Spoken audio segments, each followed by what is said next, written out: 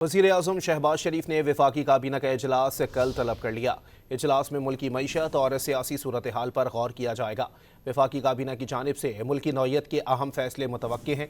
ज़राए के मुताबिक वज़ीर-ए-आज़म की ज़ेर सदारत वफाकी काबीना के इजलास में काबीना कमेटियों के फैसले तौसीक के लिए पेश किए जाएंगे। मुख्तलिफ समरियाँ मंजूरी के लिए पेश की जाएंगी। ज़राए का कहना है कि इजलास कल सुबह 10 बजे तलब किया गया है। वज़ीर-ए-आज़म शहबाज शरीफ ने वफाकी काबीना का इजलास कल तलब कर लिया। इजलास में मुल्की मईशत और सियासी सूरत हाल पर गौर किया जाएगा। वफाकी काबीना की जानिब से मुल्की नौयत के अहम फैसले मुतवक्के हैं।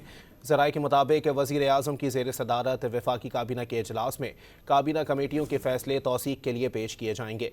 मुख्तलिफ समरियाँ मंजूरी के लिए पेश की जाएंगी। ज़राए का कहना है कि इजलास कल सुबह 10 बजे तलब किया गया है।